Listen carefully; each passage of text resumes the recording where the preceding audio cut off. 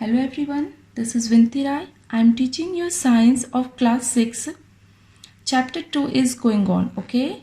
In earlier video, I explained you some portion of this chapter. Now we will start from activities 2, okay?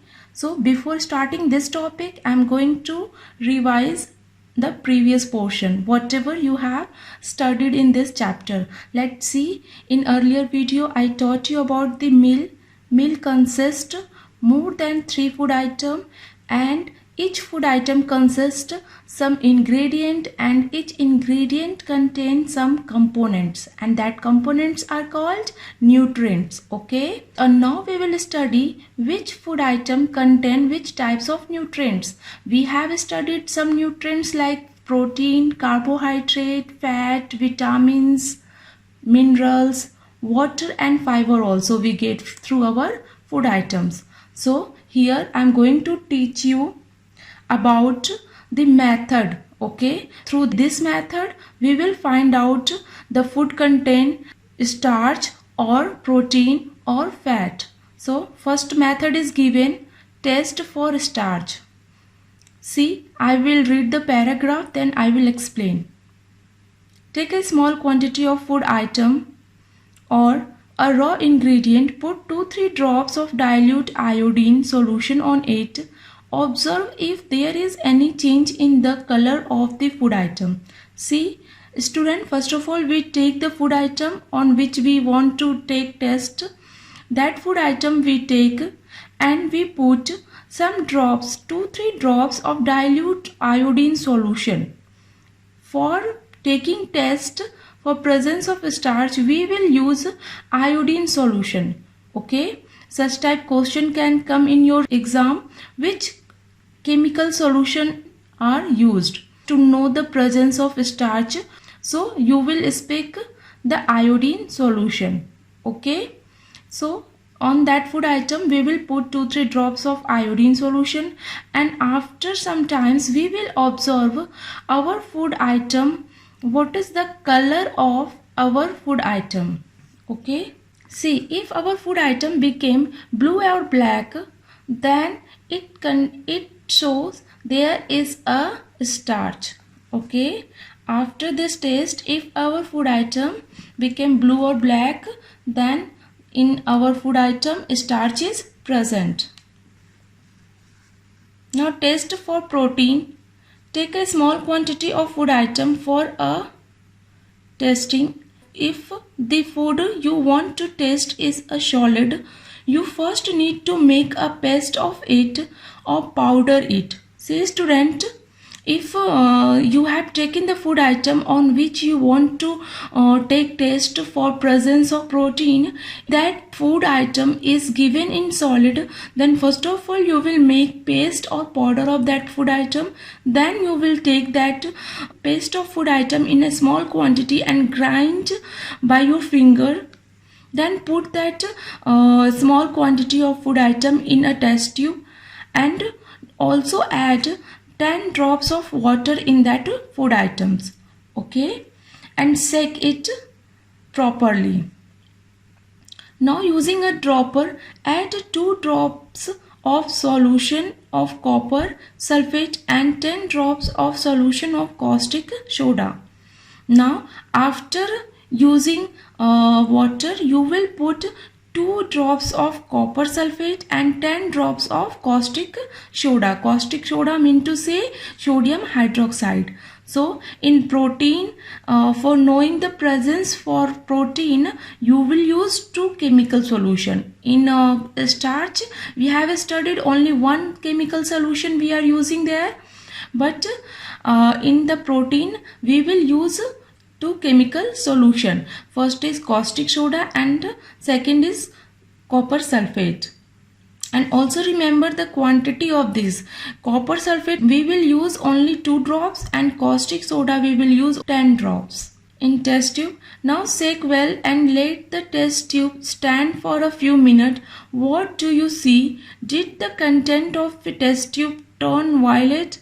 A violet color indicate presence of protein in the food item. Now after using that chemical solution, you shake it properly and then keep a stand that test tube for a few minutes, and after few minutes when you will see if the food item contain protein, then the color of food item will be violet. Okay, now you can repeat this test on the other food item. Now let's see the test for presence of fats. Take a small quantity of food item, wrap it in a piece of paper and crush it. First of all, you will take the food item on which you want to take test for fats and wrap it in the paper and then crush, but yes, take care the paper does not tear. Okay, and when you will crush that food item, after crushing you straighten the paper and observe, does it have any oily patch? Hold the paper against light. Are you able to see the light faintly through this patch? See student, when you will crush and then after crushing, when you will straighten the paper, then you see if in paper is there any oily patches. When you will see the paper through the oily patches in light, and when you are able to see the light, it means there is a oily patches. Okay, and if the paper contain oily patches, so that oily patches, so the food item has fat. Okay, the food items sometimes contain a little water. Therefore, after you have rubbed an item on paper, let the paper dry for a while. If there were any water that may have come from food, it would dry up after some times. If no oily patches shows after this, then food item does not contain any fat. Now, one thing more, student, some food item contain water also. So when you will crush the food item or when you will rub that food item in paper, then in paper there is any water that may have come from food item, so keep that paper aside for few minutes, and when the water dry up, then see if is there any oily patches. It means our food contain fat, and if there is no any oily patches, then our food does not contain fat.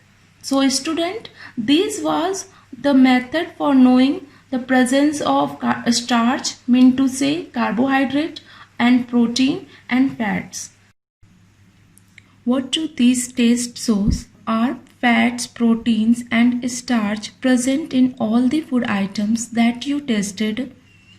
No student, the food item which are given in table, all the items of that table don't contain fats, protein and starch. For example, vegetables and fruit are given in that table, they don't contain these nutrients. Most of the vegetables contain vitamins. Okay, now does a food items contain more than one nutrient?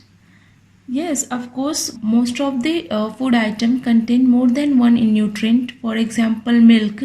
Milk is a good source of protein, but as well as milk has fat nutrient also, because we make ghee and butter from the milk.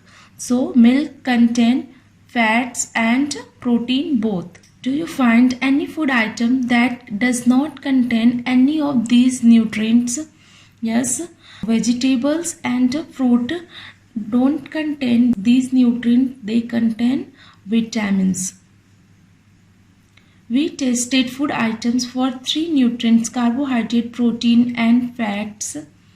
There are also other nutrients like vitamins and minerals that are present in different food items. Why do we need all these nutrients? We need these nutrients, student, because our body requires this nutrient for doing their proper function. Okay, that's why we take these type of nutrients. What do various nutrients do for our body? Let's see. Carbohydrate mainly provide energy to our body. Fats also give us energy. In fact, Fats give much energy as compared to the same amount of carbohydrates. See students, carbohydrate and fat both give us energy, okay, but fat gives much energy than carbohydrate, and the food item which containing fats and carbohydrates are called energy giving food. That's why we tell rice and potato, these are fat and carbohydrate containing food, so these food are called energy giving food. Proteins are needed for the growth and repair our body.